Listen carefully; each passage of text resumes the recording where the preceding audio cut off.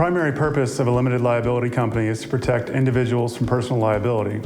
So any property that could potentially expose you as the owner to a lawsuit or other liability, especially investment or rental property, should be held in the name of an LLC and not in your own name. If possible, title to the rental or investment property should be acquired directly in the name of the LLC.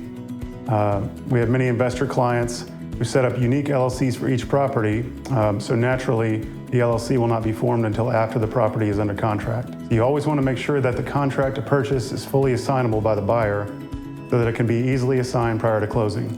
If you're financing the purchase, some lenders may require that you take title to the property in your personal name for underwriting reasons. In that case, you should nonetheless move the property into the LLC soon after closing. Transferring title after closing brings up an important issue if you have financing, and that is the due on sale clause. So this clause is a clause in the mortgage document or note that gives the lender the option to accelerate the note and potentially foreclose if the secured property is conveyed without their consent. However, the clause usually does not mean that a transfer is an automatic breach or default.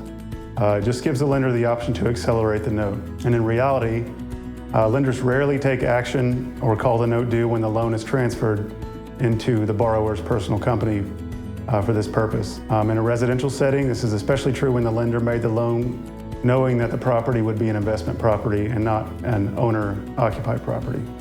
Investors need to be aware of this clause and its implications, but I've never seen a lender accelerate a note for only this reason.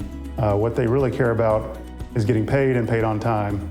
And if you can get the lender's consent beforehand, it's a good idea to do that. And when it comes to the actual paperwork, certain documents and clauses should be used over and above your standard warranty deed conveying the real property. Most investment properties have at least a first lien with outstanding debt or an existing mortgage. And if they do, it's a good idea to include a clause in the deed that makes clear the LLC is taking title subject to that debt and assuming the indebtedness. And a good idea to have the LLC sign the deed as the grantee so it's binding on them. Keep in mind, this clause won't change the loan terms or relieve the investor from their loan obligations, but it will be useful if a dispute arises down the road. Other clauses in the deed you may need, there's what we call an as-is clause. This is about physical condition of the property. It needs to be in bold and all caps, and this is just to avoid making warranties as to the physical condition of the property.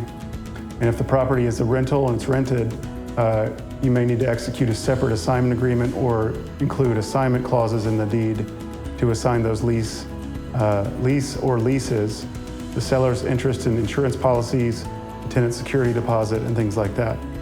Bill of sale should also be used to convey ownership items of removable personal property. Overall, this type of transfer is not very complicated, but it's important to do it right the first time so that you don't have title issues pop up down the road when you're trying to sell the property.